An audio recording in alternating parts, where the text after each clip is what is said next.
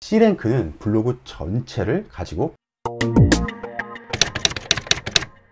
모든 블로그는 검색 결과에서 특별한 차별을 두고 있지는 않는데 자신의 블로그가 전문성이 있다면 10개의 일상글보다 전문성을 살린 딱 1개의 글이 블로그에 훨씬 더 좋은 영향을 줄 수 있습니다. 만약 내 블로그가 검색이 잘 안 나온다면 저품질을 얘기하는 겁니다. 버리고 새로 만드는 게 더 낫다? 아닙니다. 물론 지금 당장은 새로운 블로그를 만들어서 혹은 기존에 잠자고 있던 아이디를 깨워서 새 블로그에 글을 막 씁니다. 그러면 현재 저품질이 되어 있는 블로그보다는 당연히 검색 노출은 유리할 거예요. 실제로 훨씬 더 노출이 잘 됩니다. 자, 근데 여기서 말하고자 하는 내용은 뭐냐면 내가 저품질에 걸린 문제를 내 스스로 모르고 있다면 같은 패턴을 계속 반복을 한다는 얘기예요. 그래서 결국은 이런 경우는 내가 선택을 하는 수밖에 없어요. 기존의 저품질에 걸렸던 블로그를 다시 살려내기 위한 노력을 내가 피나는 노력을 하면서 어떤 운영 방법이 잘못됐었는지를 내가 스스로 깨닫는 거, 이 과정을 선택을 할 것이냐, 아니면 그 블로그는 뭐 그렇게까지 살릴 필요는 없을 것 같다, 그러면 신규 블로그를 파서 그냥 새로 하는 게 낫습니다. 하지만 결국 중요한 건 내가 올바른 블로그 운영 관리 방법을 잘 알고 있느냐, 그걸 스스로 꼭 자문을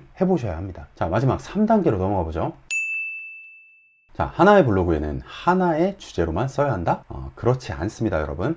근데 좀 애매하게 표현을 했죠. 꼭 그런 것은 아닙니다. 다양한 주제의 글들이 모두 높은 정보력을 가지고 있다면 검색도 당연히 잘 나올 것입니다. 하지만 꾸준히 한 주제를 쓰고 있다가 갑자기 아무런 관련 없는 글을 쓰는 건 안 좋은 영향을 미칠 수 있습니다. 자, 이걸 풀어서 설명을 해드리겠습니다. 꼭 그런 것은 아닙니다 라고 했죠. 하나의 주제를 전문성 있게 다루고 있는 블로그가 내가 좋아하는 다른 카테고리의 글을 써도 되는데 결국 한 사람이 블로그를 운영하고 여러 카테고리의 글을 쓴다는 건 그만큼 시간, 그리고 뭐 창의성, 뭐 사진, 여러 가지 물리적인 요소들이 있겠죠. 이 요소들의 한계가 올 수밖에 없습니다. 자, 시간은 한정적인데 여러 가지의 주제를 한 사람이 하나의 블로그에다가 다 쓴다. 모든 글이 다 양질의 좋은 글로 나올 수 있다면 좋겠지만 대부분은 사실 사람 혼자서 그렇게 하기 힘들겠죠. 자, 그걸 이야기하는 거고요. 하나의 주제를 꾸준히 쓰고 있다가 갑자기 아무런 관련 없는 글을 쓰는 거, 이게 안 좋은 영향을 미칠 수 있다. 이 말은 뭐냐면 어느 정도 블로그가 방문자도 잘 나오고 검색도 잘 이루어지고 있어요. 근데 내 원래 주제는 육아예요.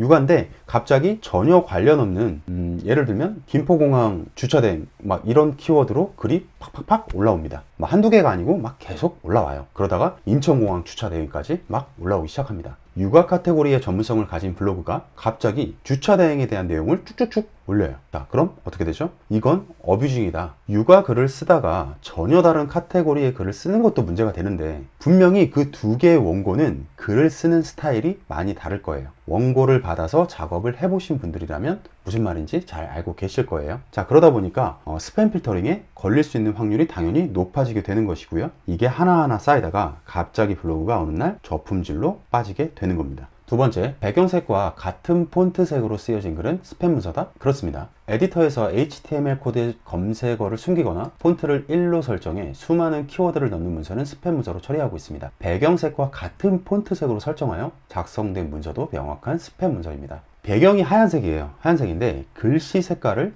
똑같이 하얀색으로 해서 쓰는 겁니다. 전체 폰트의 색깔은 검은색인데 내가 의도하는 키워드 있잖아요. 그 키워드의 그 색깔만 흰색으로 바꿔서 안 보이게끔 처리를 하는 거예요. 혹은 글자 숫자를 막 1로 설정을 해서 정말 깨알같이 넣어서 이걸 안 보이게 처리를 해버리는 겁니다. 결국 이것도 어뷰징이죠. 일반적인 블로거 분들이라면 이렇게 하시는 경우는 아마 지금은 없을 거예요. 그러니까 이거는 넘어가겠습니다. C랭크란 블로그의 신뢰도를 평가하는 알고리즘이다. 맞습니다. 자, 읽어볼게요. 문서 자체보다는 해당 문서의 출처인 블로그의 신뢰도를 평가하는 알고리즘이다. 집중도, 품질, 소비에 따른 반응 등을 계산하여 믿을 수 있고 인기 있는 블로그인지를 계산을 한다. 포스팅 하나가 쌓여서 이게 전체 덩어리를 이루는 게 우리 블로그죠. 다이아 로직은 문서 하나하나를 평가하는 로직이지만 C랭크는 블로그 전체를 가지고 평가를 한다는 이야기입니다. 콘텐츠가 좋은 블로거는 어느 정도 조회수를 보장해주고 있다? 그렇지 않습니다. 자, 네이버는 방문율을 보장해드리지 않습니다. 저품질이라기보다는 말씀드린 C랭크 값이 떨어진 것이라고 설명드릴 수 있습니다. 그래? 지속적으로 조회수가 나오던 그 키워드에 내가 아닌 다른 좋은 블로그 문서가 확인되면서 자연스럽게 내려오는 현상입니다. 이건 뭐 맞습니다. 제가 아무리 좋은 내용으로 구성을 해도, 즉 이런 경우 많죠. 이거 진짜 이 포스팅 내가 영혼을 갈아 넣었어. 근데 노출이 폭망이야. 그런 경우가 여러분 저도 굉장히 많이 있어요. 자, C랭크 블로그에서 나오는 포스팅이라고 해서 무조건 다 상위 노출된다? 꼭 그렇지는 않다라는 이야기입니다. 문서 하나하나를 평가하는 알고리즘도 분명히 있기 때문에 C랭크 블로그에서 나오는 포스팅은 모조리 다 상위 노출이 잘 되고 오랫동안 유지된다? 절대 그렇지는 않습니다. 갑자기 낮아진 내 블로그 조회수 벗어날 방법이 있을까요? 당연히 있죠. C랭크는 주기적으로 계산이 되며 랭킹에 미치는 영향력도 함께 바뀌게 됩니다. 따라서 좋은 글을 작성하면서 꾸준히 블로그를 운영한다면 다시 자연스럽게 C랭크가 올라가게 블로그에도 좀 원론적인 얘기죠. 자, 근데 원론적인 얘기인데 중요한 거는 뭐냐면요, 여러분. 어차피 퀴즈도 끝났으니까 이 내용을 말씀드리면서 오늘 영상 마무리 짓겠습니다. 결국 여러분, 내 글을 써야 한다는 이야기고, 내 글을 쓰되 최대한 창의적인 내용으로 잘 구성을 해야 되고요. 그리고 중요한 게 내가 아니라 이 글을 읽어보는 검색자의 입장에서 그 글을 객관적으로 바라보셔야 해요. 인위적으로 상위 노출을 위해서 내가 키워드를 군데군데 불필요한 곳에 다 찔러 넣은 것은 아닌지, 자, 그로 인해서 전체적인 문서의 맥락, 자, 누가 봐도 술술 잘 읽히는 글로 내가 쓰고 있는지 스스로 이걸 항상 자문을 해야 한다는 겁니다. 자, 이렇게 오늘 블로그 검색 제대로 알아보기, 이 내용을 비록 오래전에 공지했던 거지만 여러 가지 좀 도움이 되는 내용이 있을 것 같아서 한번 정리를 해봤습니다. 자, 그래도 궁금하신 점들이 있으시다면 댓글 꼭 남겨주시고요. 도움이 되셨다면 주변 블로거분들한테 오늘 영상 링크를 많이 공유해 주시기 바랍니다. 감사합니다.